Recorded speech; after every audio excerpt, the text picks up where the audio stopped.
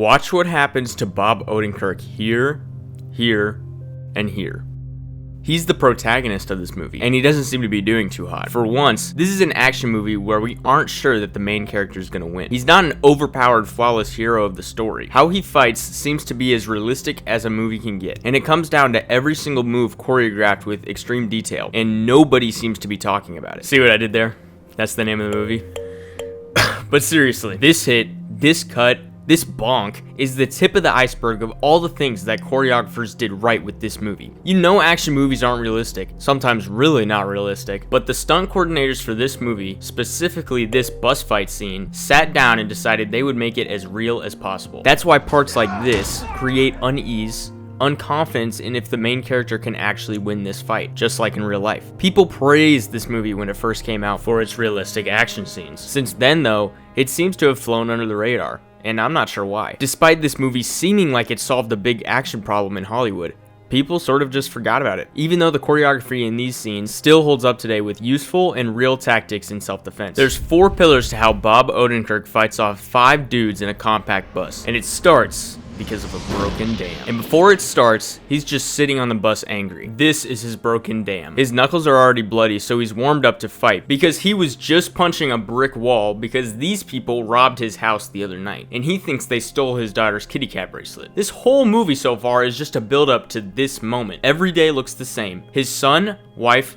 boss, neighbor, everyone doesn't respect him. He misses the garbage truck. His wife tells him he missed the garbage truck. They sleep with a pillow wall. This dude is a nobody. Wait a minute. He had the drop on the robbers when they came, but didn't do anything. He gets crap for it over and over. What the frick, Dad? And well, when he sees they stole the kitty cat bracelet, damn broken. So, he's on the bus, and the drunk men crash next to it, leading to them pleading to be let in. This guy is Daniel Bernhardt. He's the co-fight coordinator for this movie, and also did stunt work and acted in John Wick. A song starts to play, I've Gotta Be Me by Sammy Davis Jr. What could the movie be saying here? This is a toughie. Clearly, Hutch finally has his chance to get the anger he has out by dealing with these bastards. He gets up to thank the bus driver and take her phone so she doesn't call the cops. He kicks her out and turns around. A girl alone on a bus at night? It's freaking stupid. It's stupid, right? They notice Hutch as he unloads his revolver. I'm gonna fuck you up. Intimidating. He smiles confidently as he walks into a punch. Everybody's got a plan until they get punched in the face. He recovers quickly though and gets a lick back. He takes a couple more hits and then bonks his head on the bus. He tackles this guy under the arms and squares him in the nose. His head slams back. Very powerful punch. Then he gets hit to the back of the head, or in the collarbone. It's kind of hard to tell, but he kind of shakes it off, so it might be more in the back. But if it were the head, this would not be a shake it off moment. A hit to the back of the head would knock him out.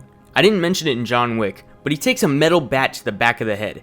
Yeah, no way. Your brain would be bouncing around in your head. A concussion is the best case scenario for a blow like this. He'd also likely be seeing stars since his occipital lobe's right there. If he hit him in the back on his clavicle or maybe shoulder blade, then I think this reaction is very realistic. Lastly, this guy hits him and his hand hurts. If it were the collarbone or the back of the head, this makes perfect sense. He's hitting solid bone. That's gonna break your hand or at least make it hurt really bad. But if you know how and where to punch correctly, you can decrease the chances of breaking your hand or your wrist. He elbows the puncher and blocks a bottle coming in. The elbow's underrated and very powerful. Not sure why he's wielding the bottle like this, and this accuracy to catch it like that. It's the same as everyone blocking knife arms as they're coming down. It takes massive strength and precision. It's possible, but so unlikely. Anyway, he dinks the bottle in Daniel's eye and breaks it on his head, running into Daniel, slamming him on the seat and getting this guy's menards. Realistically, this arm could be twisted a little further back into a classic police arm lock, and then it would make sense for Daniel to not be able to move. A bit of controversy from my John Wick video about hitting people in the nuts. If it's a life or death scenario, then yeah, why would you not hit them in the nuts? Use all that's possible. But imagine a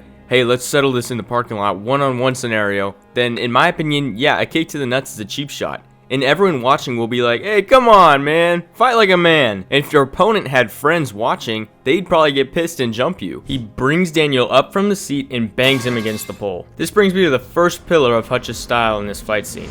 Use of his environment. He used the glass bottle, the bus seat, and now the pole. A cramped bus with metal everywhere. These guys need to take a page out of his book if they want to win. There's weapons all over the place. Hutch does this literally countless times this whole scene. Russian guy stabs him and leaves the knife in there.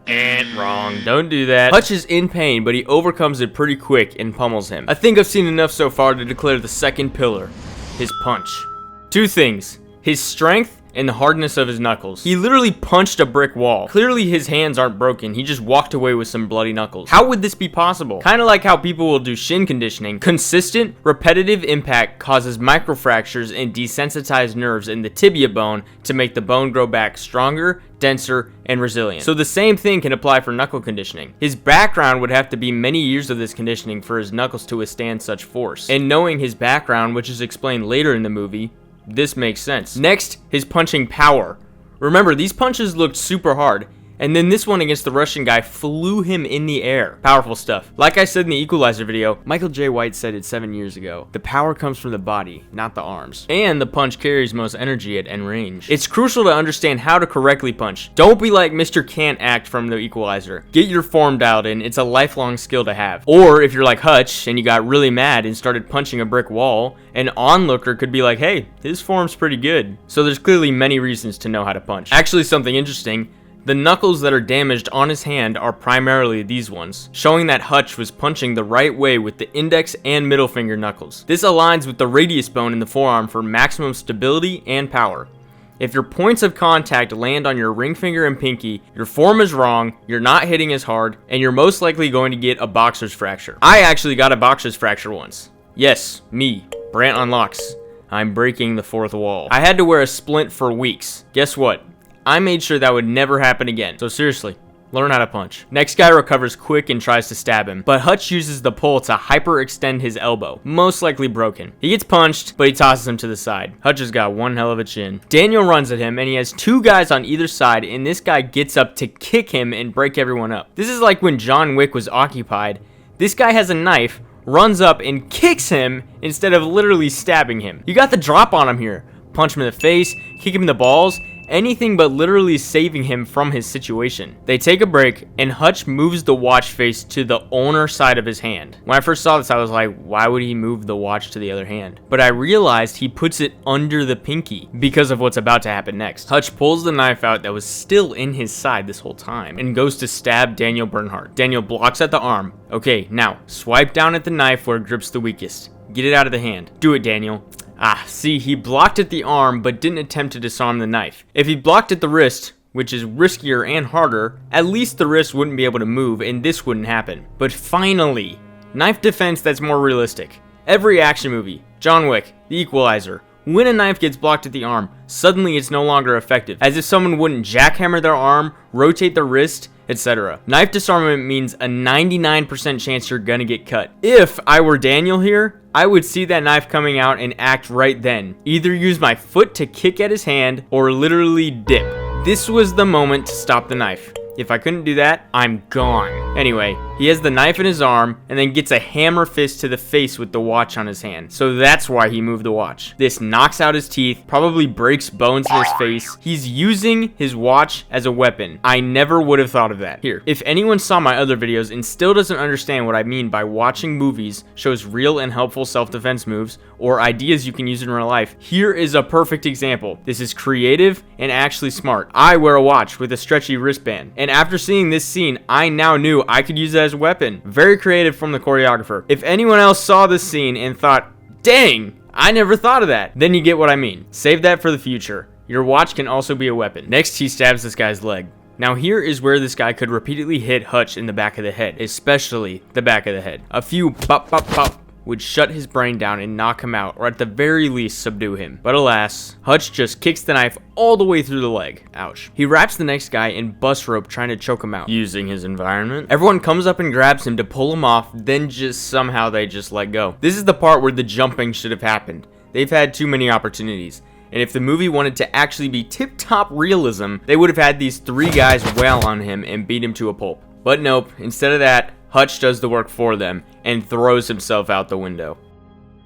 Hutch starts to get up, and this brings me to my third pillar, his pain tolerance. There's some devastating blows in this fight that are not for the faint of heart. Each blow he takes, he recovers immediately. Hit in the back of the head, walk it off. Stabbed, no biggie. Fall out the window, whatever. I think the choreographers decided the protagonist would get hit, but they wouldn't really have any effect on him. Can't be too realistic. The acting here is pretty good though. He looks like he's trying to push through a lot of pain. The best way to increase your pain tolerance is to just expose yourself to pain. So like most action heroes and Hutch's background, he was likely put through a lot of pain back in the day. In real life, would training pain tolerance reach this threshold? I don't know, but I'd say probably not. He hops back on the bus, slobbering blood everywhere. He starts cutting the seatbelt and tells the girl to run. She dips, and if you haven't seen this scene before, what do you think this seatbelt's for? Scan the environment. What's he going to use it for? If you're watching with someone, pause and actively tell them what you think. Yeah, look, you're alone. You're thinking, dude, get on with the video. This guy's always the first to attack, and he comes at him with a knife, and Hutch catches the blade itself. He doesn't get cut, though, because of the seatbelt.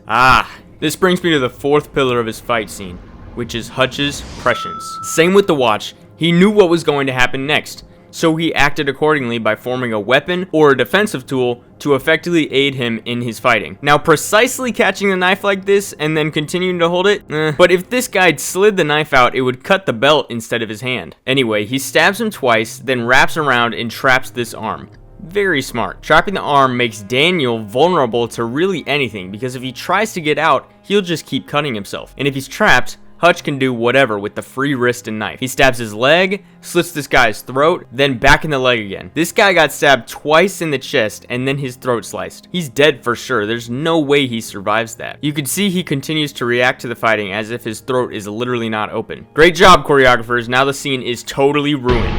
Another guy comes with a knife and Hutch just flips his arm back to stab himself. Come on, dude. Use your tricep. It's the same thing with what the Equalizer does right here. Sometimes choreographers just turn these people into ragdolls for the main character. Lastly, he headbutts this guy and falls down. By the way, if anyone's unaware, headbutts are head to nose, not head to head. Not forehead to forehead though, you're going forehead to the nose. Forehead to the nose, it's very important. Headbutts are very useful, especially if you can't move your arms. Slippin' Jimmy's still not done, so he takes this bag, use of environment, full of whatever that's so heavy to hit this guy in the head. Then wrap around his neck and start choking him out. Russian guy's like, excuse me, and starts loading the gun. Yes! This is the time to get nonchalant. Please go slower, Hutch. Now that a gun is involved, we can move steadily. He grabs the pole from the seat. Use of environment. Gun's about to get shot and Hutch swings on the gun, knocking it out as it shoots. If the pole missed the arm or Hutch took too long, he's dead.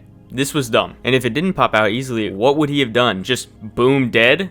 Or he could jump out the window again, but he swings again and then bang to the throat. Who else saw that and thought, geez Louise, am I right? This first hit to the head is brain damage.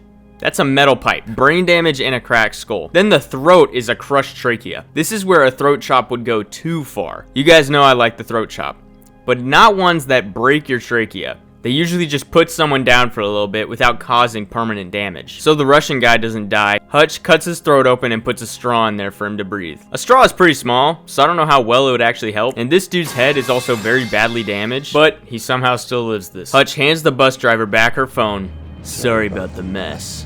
And walks off mysteriously. So, how much of this scene would work in real life? Well, I think fighting everyone in this bus as a 1v5 and winning is actually very doable. Whoa, whoa, whoa. Don't flip out. I'm saying this because they're drunk. Now, when they actually start fighting, do they seem drunk? No. Clearly, they sobered up in the 30 seconds from the car crash to the fight. But in real life, if they're as stumble drunk as they seem when they get out of the car, they'd be a little bit easier to defeat. So the punching from Hutch, good form and a lot of power, would do about as much as it did in this fight. Maybe not enough to throw someone in the air, but a well-practiced punch can do a lot. For the seemingly hard knuckles, takes a lot of consistent time and effort over years to really make some dense bones. But again, it's possible. The pain tolerance to the extent that the movie has it, no. This hit right here, like I've said, back of the head, ends the fight. He would drop on the ground unconscious, the guys probably kick him on the floor, and then this girl never gets saved. For getting stabbed, thrown out a window, it would take a lot to get up after that. While I'd say it's possible, it'd be really, really hard. If you're ever in a situation like that,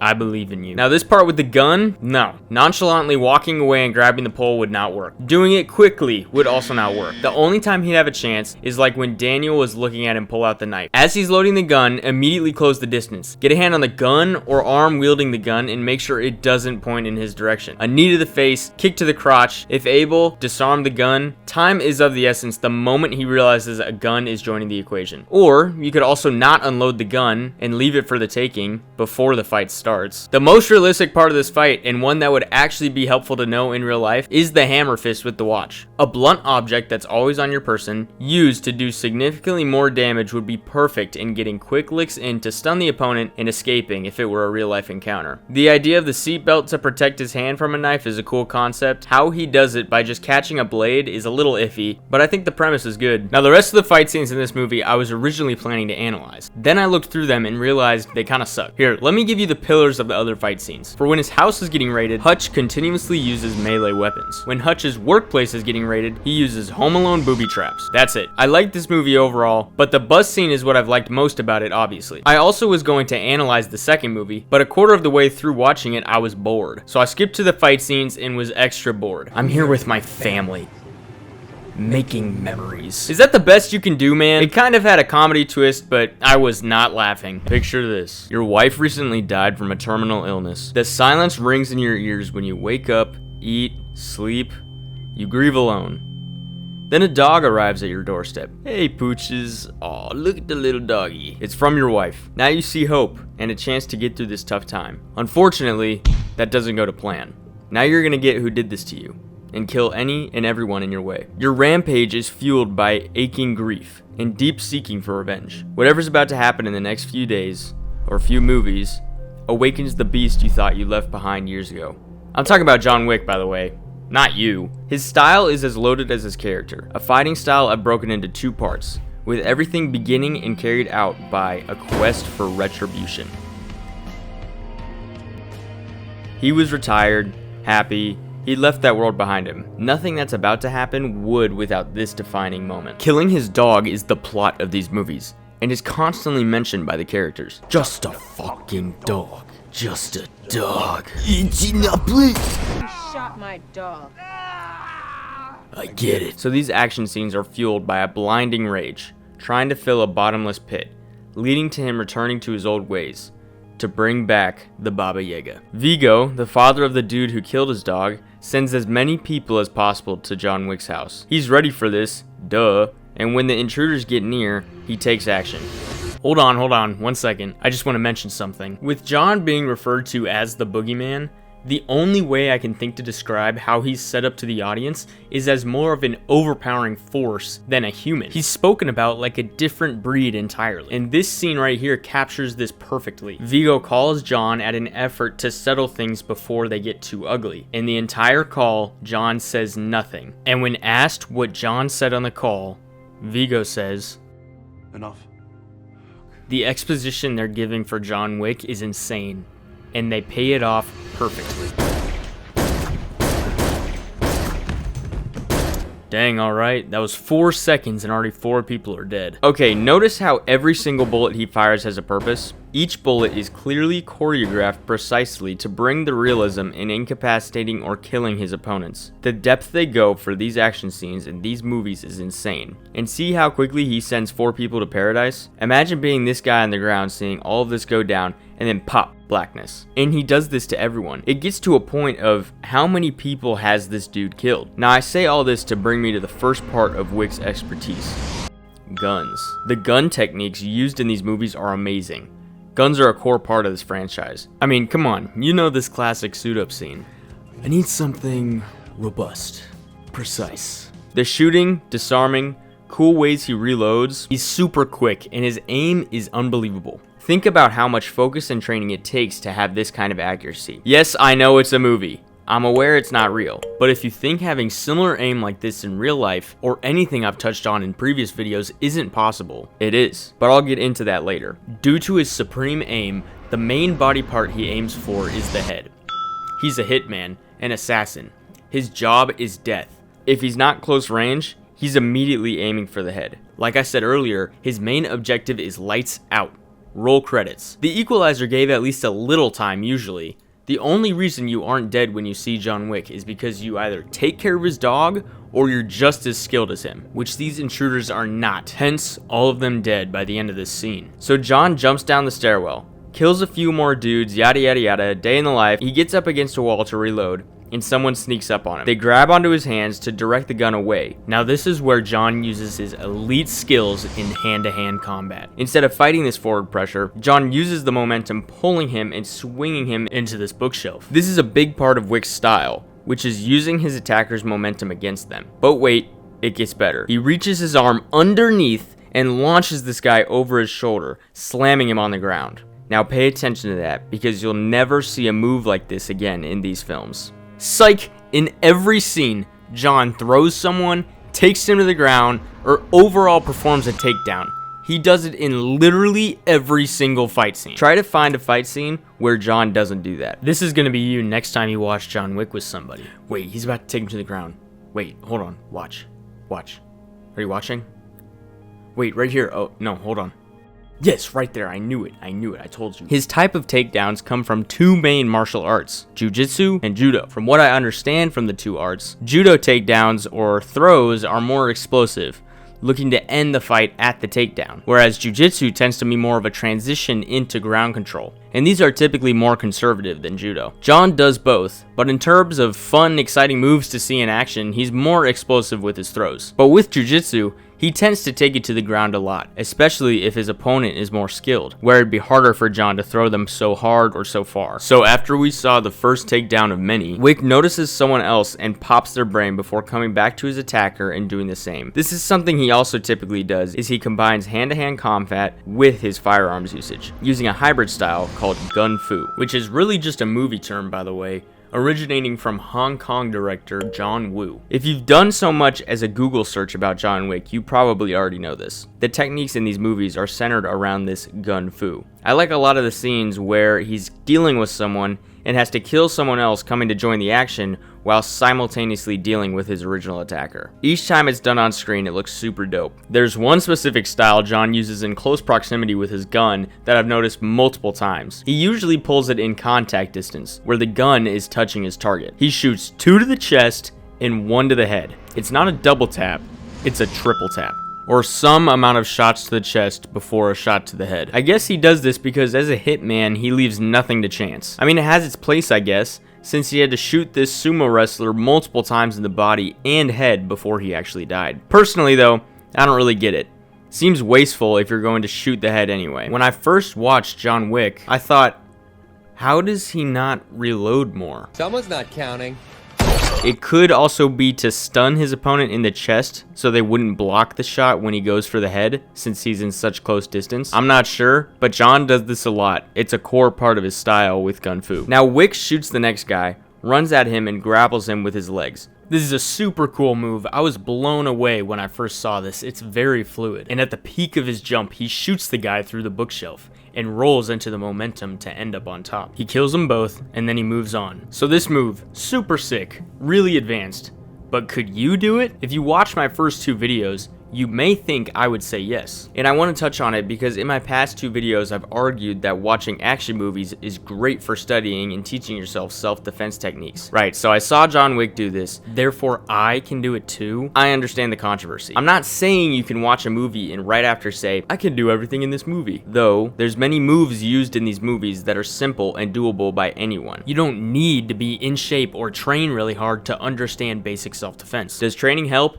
Duh, but the basics are the basics. Joint locks, weak points, painful areas. It doesn't take a triple Baconator takedown to understand simple disarmament and leverage. I'm not saying these moves aren't effective. Quite the opposite, actually. But mastering your mind is arguably more important than physical fitness. Studying the moves is not about the fact that these characters win every fight, it's breaking down what did they do in each part of the fight, and then seeing how you would be able to use that in real life. Let me give you an example from my first video of the thought process through this analysis. Okay, so Bourne took down 3 guys in 5 seconds. Let's look deeper. Okay, he uses a throat chop on the first guy. That's smart. To end a fight immediately, use a throat chop. It's very effective and doesn't do that much damage. Okay, next move, a wrist lock. Alright, well, he does it behind his back. That's pretty hard to do. But twisting the wrist this way does immediately get someone to submit. Okay, that's good to know. Alright, he pulls in the next guy and uses that momentum to slam him on the ground. That looks like it takes a lot of strength, but I could use his momentum with maybe a more basic move, like planting my foot and him tripping over it, kind of like how John Wick does right here. And then I'd be able to take him down. Okay, that makes sense. Everything can be broken down into the basics.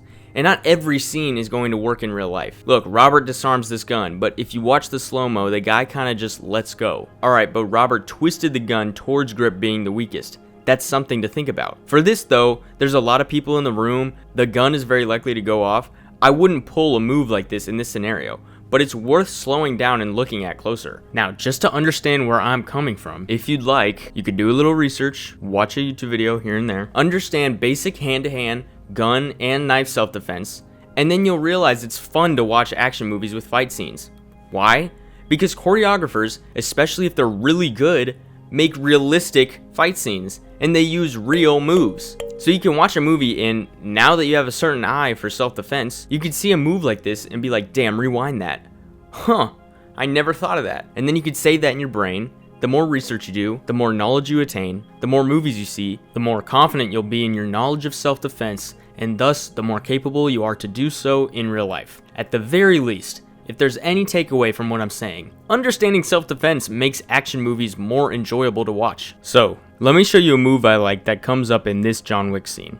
After this move, he shoots his last 2 bullets and flings the magazine out of the gun. Stops the intruder's arm, hitting him in the face and the nuts before pulling him down and throwing him through the window. Finishes reloading and moves on. Next person comes, and while struggling with him, he shoots another intruder, just like how I was talking about before. Flings the gun out of his hand and throws him onto the counter, using his hips to create more power, giving the intruder some airtime. Then, here's the good part. The next guy comes and John takes his wrist at arm's length and rotates his whole body to lock it up and fling him over his shoulder. By the way, that's 4 times John's performed some kind of takedown in the past 35 seconds. But this is the move I'm talking about. Grabbing the wrist, rotating the entire body inward to lock up the arm. If John was just trying to subdue him, he could just keep applying force on the locked joint. But I guess this works too. But sometimes he's actually got himself in a good position over his opponent and decides to throw him, basically releasing his control, so he has to regain it. It happens here. This guy goes for a knife while John kills the guy on the counter, and this creates another really hard struggle when it could have just been handled when John had his arm locked up. But for him to defend himself against a knife, it ends up in this situation. John holding the guy's arm while the guy's trying to stab him. Typical movie knife standoff. Something these movies always show is knife defense, and the knife never even gets a scratch on anyone until the very end. If you're defending yourself from a knife, first plan of action, run. But if that's not possible, or you're just feeling yourself that day, just know you're going to get cut. That's okay, but attempting to disarm a knife and expecting to walk away with no scratches is highly unlikely. In this sequence, control of the knife changes a few times. The intruder's swinging it, then John's got his arm. It's a really slow burn until the very end when he finally gets killed. Usually though, if it's this situation, which is pretty common, there's many ways to disarm the knife. Bending back the thumb to open the grip, swiping down on the knife towards where grip is the weakest. Yes, there's other ways, but this intruder and John Wick are highly skilled. So if you're in this situation, just make your peace with God. After John killed the last guy, the police come to his door. Evening, John. Evening, Jimmy. Hey, Ron. Hey, Billy. And he just lets him go, because of course, you know, the police know about the boogeyman, they're not going to intervene. This first fight scene is really great though, especially the last part. This scene was just the first though. John Wick is known as being a one-man army, able to take down dozens of people coming at him. There's like a million scenes of him doing this, but my favorite one is at the beginning of the second movie when he's coming to get his car. He already got a new dog at the end of the last movie, and now he needs to get his stolen car. There's an exposition dump about the Baba Yaga from this guy's uncle. It's not just a car. It is John Wick's car. John very sneakily finds his car and just hops in. He starts it, and people hear him, so he puts it in overdrive. 4 cars ding him up a little, but he keeps going. There's not a lot of car scenes in this franchise, but they're pretty cool nonetheless. Nowhere near as cool as the fighting, but I like them personally. Like here, he spins around to hit this guy into a pole. That was pretty sick. Anyway, John finally gets out of the car by his own free will, and then his attackers run over. There's one specific thing John really emphasizes this whole fight. This technique is so advanced, I don't know how the choreographers came up with it. To stay on top of multiple guys trying to kill him, John decides to go with crushing their manhood. He also performs a takedown on every opponent in this matchup, so I'll leave a counter for both until the end of the scene. So he starts off hot, just boom, and then an absolute crusher. A clap to the ears and right back to Jewel Osco. To finish it off, he gives a throat chop. It's safe to say this guy got his bell rung. In my opinion, the throat chop would have been enough. The rest was just cruel. First guy wants seconds, but another blow to the jugular puts him down. This guy wants more too, who knows why, and John flings him like a ragdoll and sits him down. He gets hit by a car, and the amount of times they've scripted Wick to be completely ran through and he just gets up is a bit much. First guy comes, and I'd like you to guess real quick John's first move. Correct. He deals with the next guy. Look at the first guy. Takes him down, and John, dude, get the equalizer in here. He's literally on the ground. This is not necessary. Alright, next guy pulls up, and John tries to whip him down by his collar before throwing him down for a second time. By the way, this move is dumb. I don't know the name of it. A whip down? A double collar drag? Unless you're wearing a suit or a gi, the shirt's just gonna rip if you try to whip someone down like this. John kicks at his shins, which is very painful by the way, and takes him down for a third time.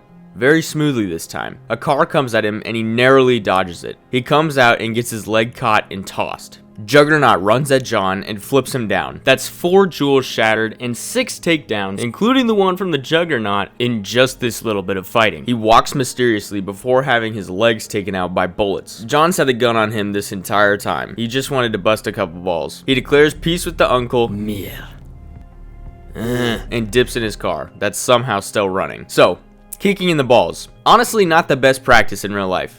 Yeah, it'll put a guy down for a few seconds, but really it's just gonna make them angrier. And if you're surrounded, it's gonna make everyone else angrier too. And if you care about it, it's a pretty dirty move to do. It's more of a last resort kind of thing. And if you've seen my other videos, you know I like the throat chop. Puts them down for a while, it's quick, and escape is much easier. Despite the fallen soldiers, this was a great scene. You may have noticed in these first 2 scenes, there's not a lot of cuts in the action. Something really great about these John Wick movies is there's a lot of long, uninterrupted fighting scenes. Don't get me wrong, The Equalizer and Bourne are super cool to watch, but John Wick is special because these fights are long and don't have quick flashy cuts from angle to angle. Like this part right here, there's no cuts at all. How long do you think it took to finally get this shot right? Now imagine doing that for several fight scenes over the course of 4 movies. How does Keanu Reeves have to train for that? Well, he worked pretty hard with choreographers before they would start the next movie. Keanu worked for months and months training for every John Wick movie. And with each movie getting crazier and crazier action scenes, and Keanu Reeves getting older and older, the intensity of his training has grown a lot for him to keep up. To portray John Wick, he had to literally become him, which is why the moves done in these movies are so advanced. Look at this clip of Keanu in gun training. The title of this video is No Misses. Does this look familiar? The reason I'm mentioning all of this, no cuts in the scenes, Keanu's training, is because all of it beautifully comes together in this amazing fight scene against this guy. This scene is from John Wick 2. In the first John Wick, he's the attacker. He's the one on the hunt. In John 2, a major portion of it, he's the one being hunted down. This is because he had to kill this lady, and her security guard, this dude, is now avenging her. So after John killed who knows how many people in the catacombs, this guy enters the scene like this. They shoot at each other a little bit before John sweeps over the car for this tackle. They get up and John disarms him by pulling the arm as far away from his opponent's body as possible, then rotating the gun out of his grip. See, he doesn't pull it out directly this way. He grabs around the hammer and flings it this way, easily knocking it out of his hands. There's 3 fingers gripping the gun this way, and only the thumb holding it this way, which is why that is where it grips the weakest. That's the direction to disarm. Couple punches thrown, and then a takedown. John backhands him and starts running away. And this next part's one of the best because it takes away from the precise and hitman nature of these guys. And instead, they just become animalistic, trying to do as much damage as possible to each other and basically killing themselves as they do. Like they are exhausted at this point and trying to do as much as possible to kill the other. Being that tired leads to drastic measures like this. Do you know how hard these steps are? Like, their bones have to be broken, and they just keep going. He almost misses John here, which would have led to him flying down alone. Okay, they get back to brawling. He twists John's arm this way, but he probably could have twisted it further into a classic police arm lock. John catches the leg and knocks him down, but this guy uses that momentum to rotate it further, putting John down, and almost gets him into an arm bar. But John's bicep is clearly just too strong. Then the knife comes out, and Wick stops it like this. Do you know the precision and strength it takes to stop an arm as it's coming down at you with a knife? They do this all the time, multiple times in this fight. They flip around, and John pulls out his gun, which gets blocked by this guy's foot. This character knows how to use everything possible at his disposal. The director wanted to fight with someone that had as much skill as John Wick, and I'd say he's doing a pretty good job. He spins around on the ground and thrusts the knife down, and is blocked perfectly again. More struggling, more knifing. John gets thrown down, gets up, and finally swipes the knife out of his hand. I think if he swiped it more in this direction is when it actually would have taken the knife out. John gets flipped down again. He's honestly getting tossed in this fight. He reloads with the armpit of his leg, and he just gets thrown through a window instead. This guy's like, hey, no fighting on continental grounds. They settle down and decide to grab a drink. Gin, wasn't it? Yes, bourbon. Right. Not the best acting, I'll keep it frank. This scene was great though. It showed two skilled fighters going to the absolute limit of exhaustion, and was the best showcasing of raw, uncut stunt skills that these actors put months of work into perfecting. John tried to use his whole arsenal though. Takedowns, he tried to use his gun. He actually finally got it pointed at his head, but too late. They're now on continental grounds. John Wick has so many other fight scenes. I may analyze more in the future, especially if the 5th movie comes out, and apparently even a 6th one. But Keanu Reeves is 61 years old, so watch this.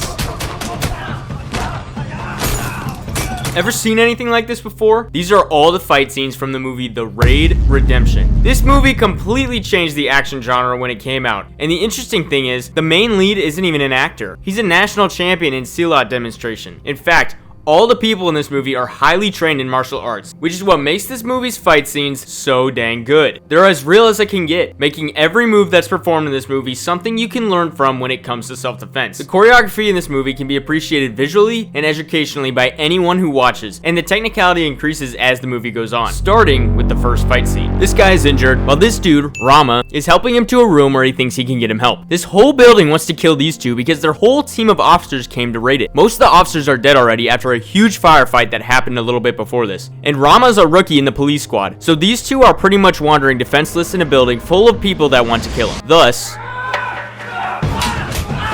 first off, a man runs at him while Rama's holding his friend up, has a police baton in his right hand and a knife in his left hand. He blocks the machete with the baton covering his whole arm, which he swings around to hit him in the face and cut his leg. See, he cuts the back of the knee here. I'll explain why he does that in a second, but it's similar to why there are scenes in other action movies like Man from Nowhere or Extraction 2 where they cut at the arms instead of the vital organs. Next guy comes and Rama blocks his pipe with his forearm, then brings his leg up with the baton to slice through it. Okay, he knows how to use this baton in every way possible to his advantage. A defensive weapon, an offensive weapon, and a tool for leverage. Whether that's over limbs, necks, whatever. The slice through the leg is again what he did with the first guy, and I'll explain why in a minute. Next thing he does is he spins out into the next guy. This spin is the first of many on how Rama is able to navigate multiple attackers from all angles. He blocks the swing of this machete by actually passing it to the right and hooking the limb with the knife he's holding. He hits his stomach, both knees, then pulls his leg up to knock him over. He spins back out, grabs this guy with the handle of the baton, and stabs him in the neck once. As the next guy comes, you can see he's holding the baton like a shield for his arm again, like Brad Pitt does with a magazine in World War Z. He blocks with it, spins it out as he blocks the machete again, then hits the point into this guy's stomach.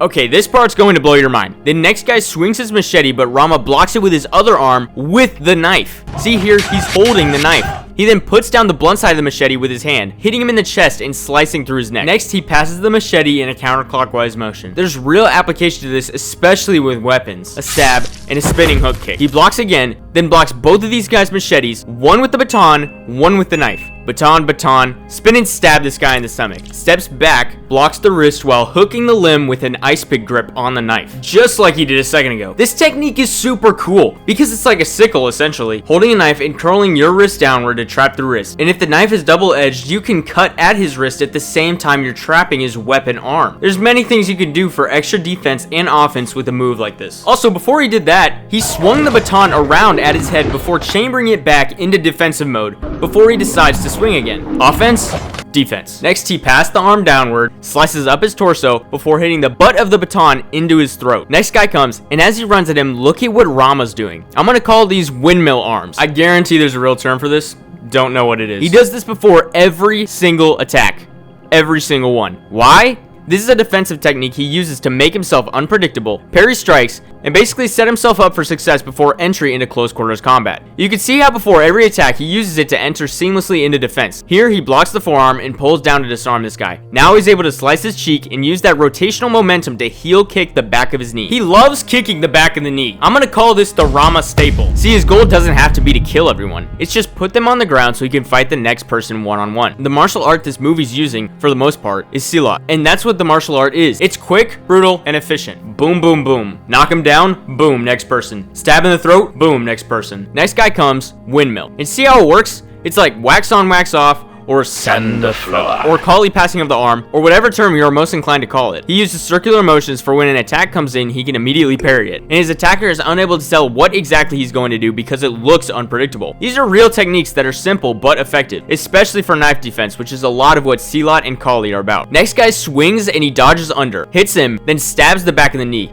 then hits the butt of the baton in his face, just like he did to the guy's throat. The reason he's going for the back of the knee is twofold. If he kicks the back of the knee like he does here, he can hit the tibial nerve, which is very close to the surface of the skin. Bang, hit that and your knee may go numb, feel shocked, and buckle. That's temporary, but when he stabs the back of the knee, that tibial nerve is gone, which is permanent and immediate damage. Parts of your leg will be paralyzed immediately. That's the game here, immediate incapacitation, like I was saying before. Whether Rama wants to kill these guys or not, a stab in the torso doesn't stop someone immediately. It may take a few seconds or a few minutes. Slicing the arm destroys grip, the legs the ability to stand, done in an instant. Now the hit with the baton, he's able to use it so efficiently because in silat, they use the Toya and the Tonkat to train with. So he's able to spin it, hit it, whatever, very efficiently. Like the next guy, he blocks another machete holding it across his arm defensively. Checks his kick with it, which would hurt. Shin to baton, jeez. Then goes behind the other leg and takes him down. Then he stabs above or through his kneecap, disabling that leg completely. Boom, quick and efficient. Again, block the machete, but he actually puts a blow in Rama's arm, making him drop the baton. This is the exact same mechanism as a kick to the back of the leg, except even better. Blows to the arm shock the arm, making him numb, tingle, and taking away your grip strength momentarily. This is because of the nerve bundle called the brachial plexus. I've talked about this a lot before. He elbows Rama, but Rama blocks the swing at the wrist, hits the solar plexus likely, and then controls the weapon arm by grabbing it,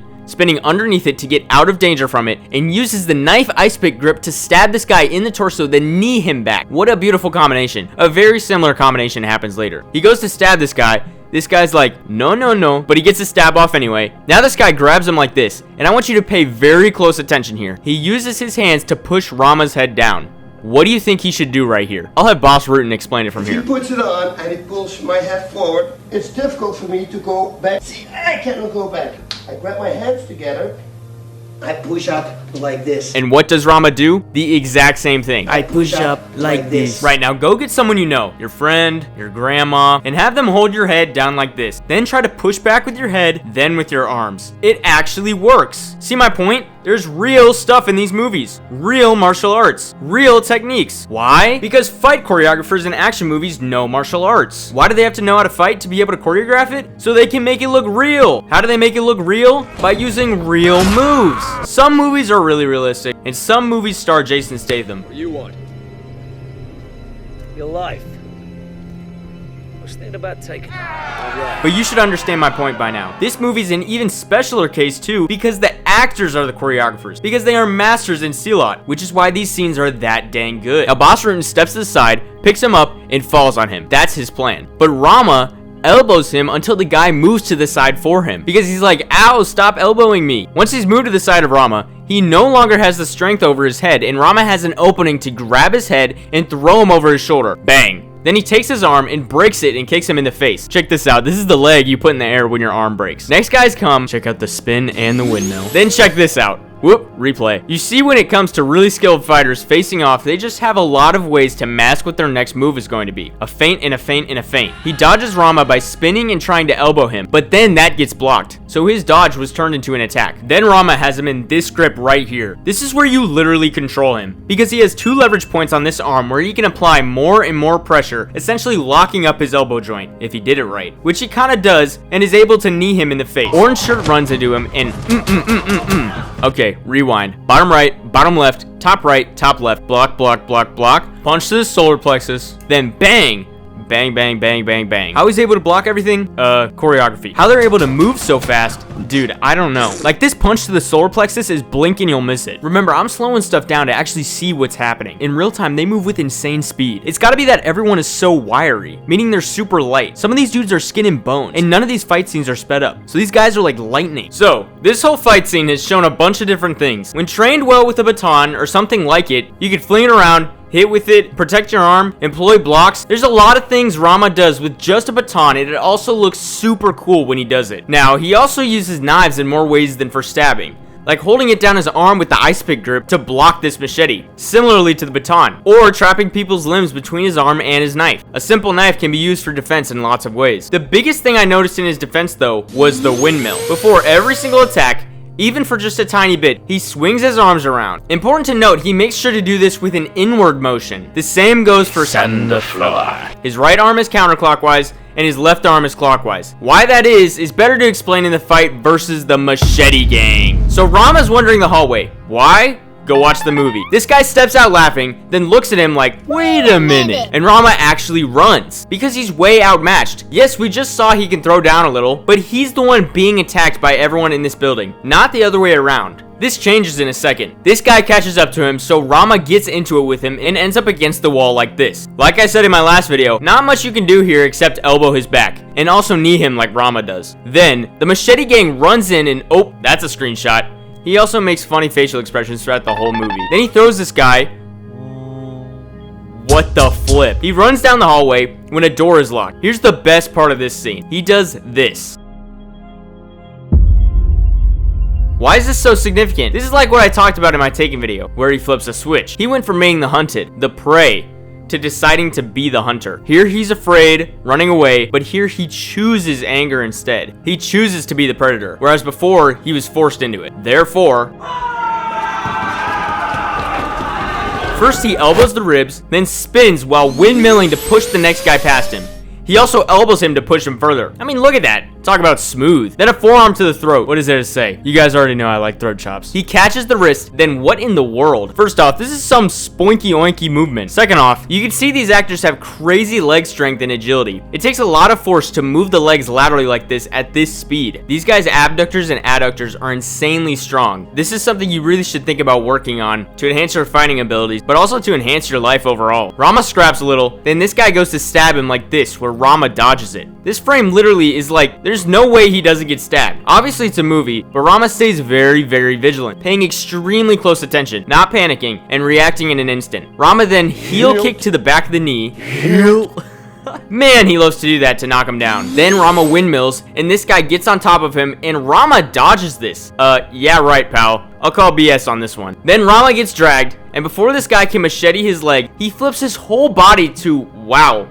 Holy moly, that was 5 kicks. He's hitting the knees on the side, which causes them to immediately buckle, giving him time to get up and recover. This is a good weak point in the body. Hitting at the side of the knees to make them buckle is a great way for you to open space for you to run away or open you up to deliver an even better strike. Then, this guy swings a machete on him, and yes, he blocks it, but he actually traps it and puts his arm in another leverage point for him to disarm easily and also slam his head on the ground. Complete control, elbow as the fulcrum, a million possibilities. Exact same thing he did earlier. Man from nowhere did this. Are you starting to get it? He takes the machete and windmills the wrist, gets his machete blocked, but then again, boom, kicks the back of the knee. Knock him down, move on. Next guy, same thing. Then he pulls back to this guy, parries the... Wait a minute, did you see that? See that right there? He rotated the machete from a neutral or a hammer grip to an ice pick grip in the middle of this transition. Now, why does he do that? He's a skilled fighter, so he knows that different grips for knives are necessary for different ranges or situations of combat. He favors the ice pick grip because this is a cramped hallway where blades are flying very closely. So an ice pick grip offers less range, but it offers more strength, and most importantly, it can be used defensively, whether it's with hooking to redirect, trap, or disarm, or to shield his arm so he can employ blocks. Rama has done both of these. Thus, that's why he prefers the ice pick grip with all the blades he's used so far. The attention to detail in this movie again is so insane because these actors grew up learning this. They learned to fight first and they acted second. So Rama uses that grip change to parry this machete incoming. Elbows, but this guy blocks it, swings back and cuts his cheek. Then he goes to strike downward with the machete but gets held back. This form right here is where there's more strength to the ice pick grip, but there's less range with the machete. Rama slams this dude's head on the floor. Doing this, you always want to aim for hurting the nose. Same for headbutts. You want to hit the nose. Then, he blocks the wrist with his foot. Nut shot, move on. Next guy machetes at his hand, stopping him from going for it, and watch how Rama dodges. Fluid, smooth, clean. A hasty fallback because it was at the last second, and he could have abruptly fallen on his butt, but he kept the momentum by rolling backward, dodging another dude's swing. Now, Rama sees he's being 2-on-1'd, and he windmills and spins back, ducking his head, staying low, and bouncing from person to person. So essentially, the windmill of his arms serves as a continuous circular shield. It's defensive and offensive. It sweeps opponents' attacks off the center line. It also then allows the other incoming arm to deliver a strike. Why he rotates inward instead of outward is because it actually is pulling his opponents in. Because you're not only trying to block throws, but you're trying to redirect the momentum your opponent is attacking with. See here, he could block with his left hand where the direction of energy is the opposite. Or he could just rotate his right arm down and use the same direction of energy, just moving it out of the way. It brings the opponent in a more compromised position with an outstretched limb where you can quarter and flank them. Get control of their limb for joint locks, disarms, whatever. There's a million options. I could talk about it for hours. So that's a specific example. So Rama's delivering blows over and over and over. Right here is where I thought there was finally a mistake. You can see Rama gets hit in the arm with the sharp machete. Then I looked back and realized no, his foot actually stopped the arm. There's always a part of your body available. Then Rama throws him through the door, beats on this guy before an unusually wide jump back to put his throat on these spikes. Windmill. Then he blocks the swing down and actually speed bags his face. Then a blow to the traps makes him drop the machete. There's two things this could be. Either the brachial plexus again, or the spinal accessory nerve, or the cranial nerve. There's many names, whatever. The brachial plexus runs down from the neck underneath the collarbone, then down your arm. The spinal accessory nerve is right here and very close to the skin. Blunt force to both can make your grip much weaker. Rama then front flips him onto a table, then blocks the next dude 3 times before delivering a strike back. Then he takes the momentum of this swing and throws him on the stove. Brawls with this guy, then boxes a little with this dude. He throws an elbow, and Rama slows it down like this. He puts Rama down with leverage on his arm. Rama wraps his feet around his neck, leverage. Then after a sec, actually gets flipped over on the ground. You can see in his face, he's like, my nose. They screw around a little more, then Rama's choking him out, and he flips his arm around, but then just lets go. Idiot! The joint lock is here. He could have pressed it more and Rama would be locked up and in control. In fast moving action, with people who are experienced, it's very hard to get a good grip on certain joints. But once you do, man, you have all the power. Then, Rama gets thrown across the room, and here's the absolute best part. He misses the swing 3 times, then Rama closes in to block the swing. See, his whole body's vulnerable here, so he elbows him, then the side of his leg, dead leg, then the back of the knee, the Rama staple, knocks him down, then a punch to the back of the neck. Watch that back. That was art. Very smooth. The hit to the back of the neck here is a rabbit punch, and it can do a lot of damage. There's a lot of vital stuff at the back of the head and the neck. Rama then Jason Bournes the heck out of this guy, and the fight has concluded. So yeah, that is the end of the video. He uses the baton and knife strategically. He kicks the back of the knee. He's vigilant. And my favorite thing he does is the windmill. It's super cool to watch, and it's got real life application. In my last video, I replied to a comment about the raid. I said, it will be long. But as I was making it, I realized GTA 6 would release before I finished it. So the next video is a continuation with the Mad Dog fight scenes, and this one. Might end up even being 3 videos. Not sure. Also, The Furious came out a little over a week ago. Very fitting for this video. As soon as I get my hands on that footage, it's getting analyzed ASAP. Anyway, unbelievable movie, unbelievable fight scenes. New video soon. Peace.